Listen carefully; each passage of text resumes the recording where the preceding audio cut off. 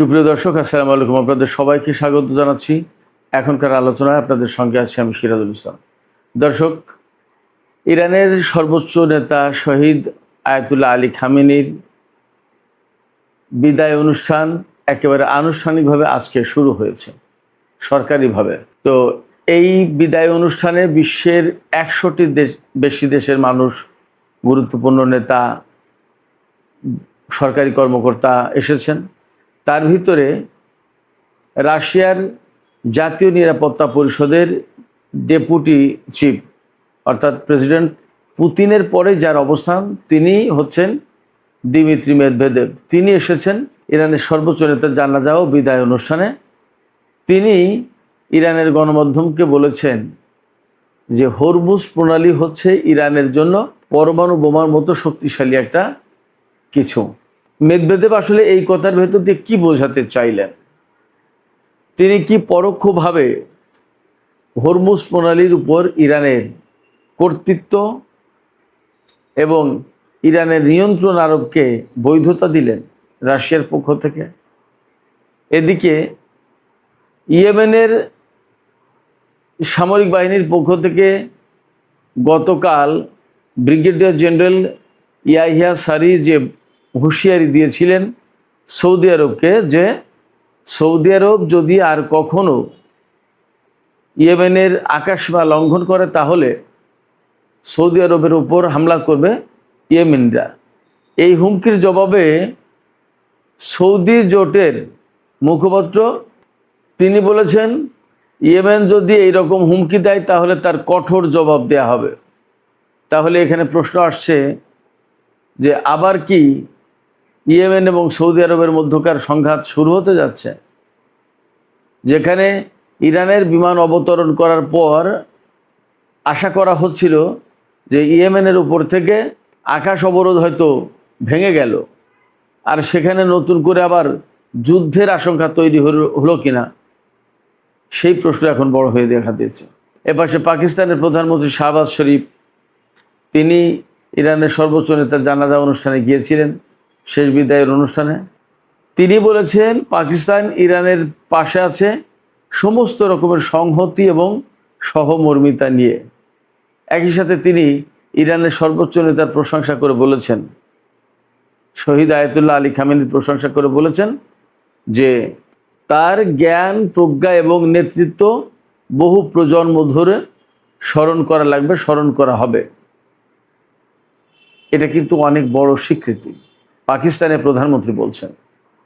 এপাশে এরদোগান আর এক গুরুত্বপূর্ণ কথা বলেছেন, যদিও তার কথায় অনেকে ভিন্নভাবে এখন অর্থ করে, তারপরেও তিনি বলেছেন যে যুদ্ধ পাগল বা যুদ্ধ মাতাল ইসরায়েলের রাজনৈতিক অস্তিত্ব টিকে আছে আঞ্চলিক সংঘাতের মধ্যে, অর্থাৎ আঞ্চলিক সংঘাত নেই, ইসরায়েলের অস্তিত্ব নেই।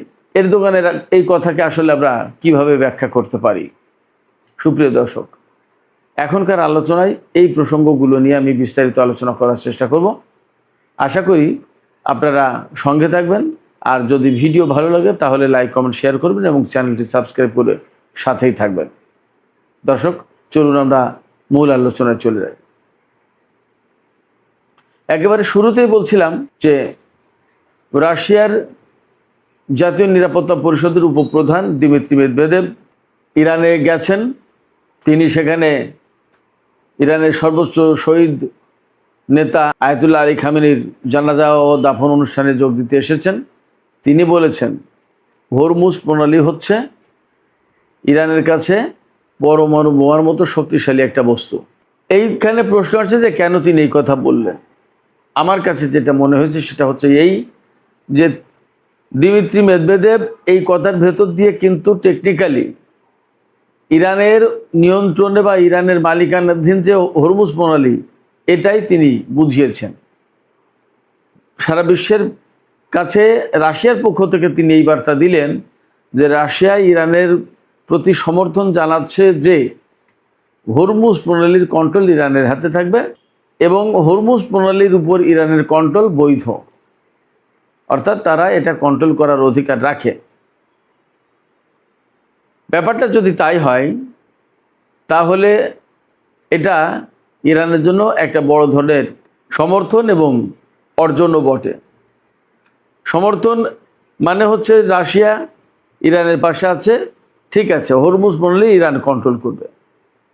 আর অর্জন হলো যখন রাশিয়ার মতো এরকম গুরুত্বপূর্ণ শক্তি, পরাশক্তি, তারা যদি স্বীকৃতি দেয় যে হ্যাঁ ইরান এই হরমুজ প্রণালী কন্ট্রোল করার অধিকার রাখে বা রাখবে বা আমরা সাপোর্ট করছি, তখন ইরানের জন্য সেটা এক্সট্রা একটা পাওয়ার হিসেবে গণ্য হয়, সেটা আলাদা রকমের শক্তি হিসেবে বিবেচিত হয়।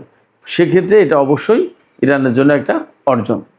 চীনের পক্ষ থেকে একেবারে সরাসরি কিছু বলা হয়নি, কিন্তু এটা বাস্তব যে চীন কিন্তু ইরানের নীতির সাথে একমত এবং ভিন্ন দিকে যাবে না। এই কারণে যে যখন হরমুজ প্রণালী ইরান কন্ট্রোল করার জন্য বন্ধ করে দিল যুদ্ধের ভেতরে, তখন কিন্তু চীন বলেনি যে ইরান ভাই তোমরা এই হরমুজ প্রণালী খুলে দাও। আমেরিকা যখন ব্লকের সৃষ্টি করলো তখন চীন বলেছে যে এই হরমুজ প্রণালী দিয়ে উন্মুক্তভাবে স্বাধীনভাবে চলাচল করার অধিকার সবার আছে। এবং ইরানের যে বক্তব্য, এই বক্তব্যের জবাবে আমেরিকা কি বলবে? ইরানের বক্তব্যটা কি? ইরানের বক্তব্য হচ্ছে এই হরমুজ প্রণালী তার মালিকানাধীন জিনিস, এখানে আমেরিকার কি কাজ?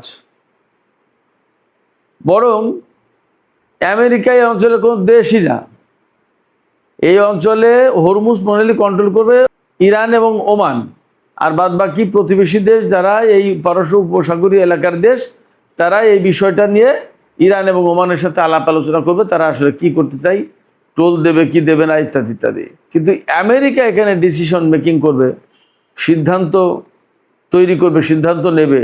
Who's America? আমেরিকাকে? ইরানের কিন্তু এই প্রশ্ন, এবং ইরানের এই প্রশ্ন জবাবে আমেরিকার আসলে কিছু বলার নেই, করার নেই।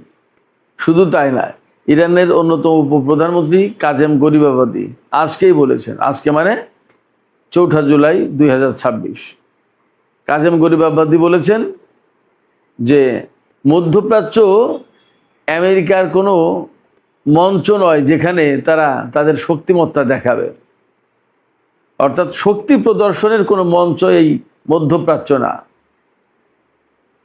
এই অঞ্চলে কতগুলো দেশ আছে, সেই সব দেশে মানুষ বসবাস করে, তাদের জীবনের মূল্য আছে, তাদের শান্তির, নিরাপত্তা এবং স্থিতিশীলতার প্রয়োজন আছে।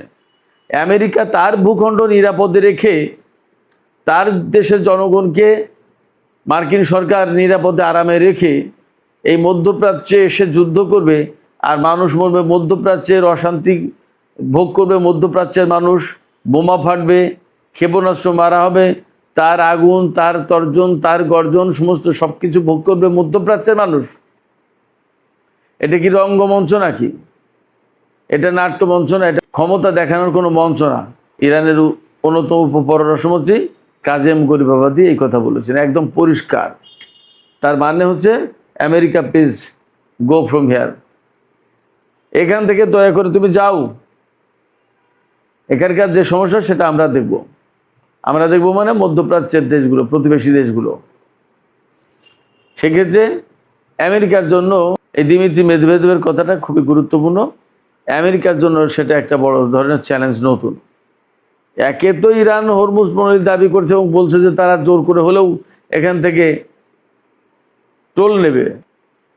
সেখানে রাশিয়া যখন বলে যে না, এটা ইরানের জন্য একটা পরমাণু বোমার মতো শক্তিশালী জিনিস, তখন তো সেটা সোনায় সোহাগা হয়ে যায়। যাই হোক, সেক্ষেত্রে এখন ইরানের সামনে একটা ভালো সুযোগ, অবশ্যই আগে থেকেই ছিল, সেই সুযোগ এতদিন কাজে লাগায়নি, এখন কাজে লাগাবে, হরমুজ প্রণালী তারা কন্ট্রোল করবে। এদিকে পাকিস্তানের প্রধানমন্ত্রী শাহবাজ শরীফ ইরান গিয়েছিলেন, তিনি বলেছেন যে আমরা ইরানের পাশে সমস্ত সহমর্মিতা এবং সংহতি নিয়ে আছি। এর পাশাপাশি তিনি আরেকটি কথা বলেছেন যে ইরানের সর্বোচ্চ নেতা যিনি শহীদ হয়ে গেলেন, তার জ্ঞান, প্রজ্ঞা এবং নেতৃত্ব আরও বহু প্রজন্ম ধরে স্মরণ করা লাগবে। আমি এখানে একটা কথা বলি, আমার একটা অভিজ্ঞতা শেয়ার করি। আমি তো যেহেতু দীর্ঘ 10 বছর ইরানে ছিলাম, একবার সর্বোচ্চ নেতার সাথে দেখা করার সুযোগ হয়েছিল। তার বাড়িতে আপনারা যদি কোনোদিন টিভিতে বা কোনো জায়গায় দেখেন যে সর্বোচ্চ নেতা বক্তব্য দিচ্ছে তেহরানে, তাহলে তার বাড়িতে একটা বিশেষ বৈঠকখানা অর্থাৎ কনফারেন্স রুম আছে। সেই কনফারেন্স রুমে লোকজন যায়, সেখানে সর্বোচ্চ নেতা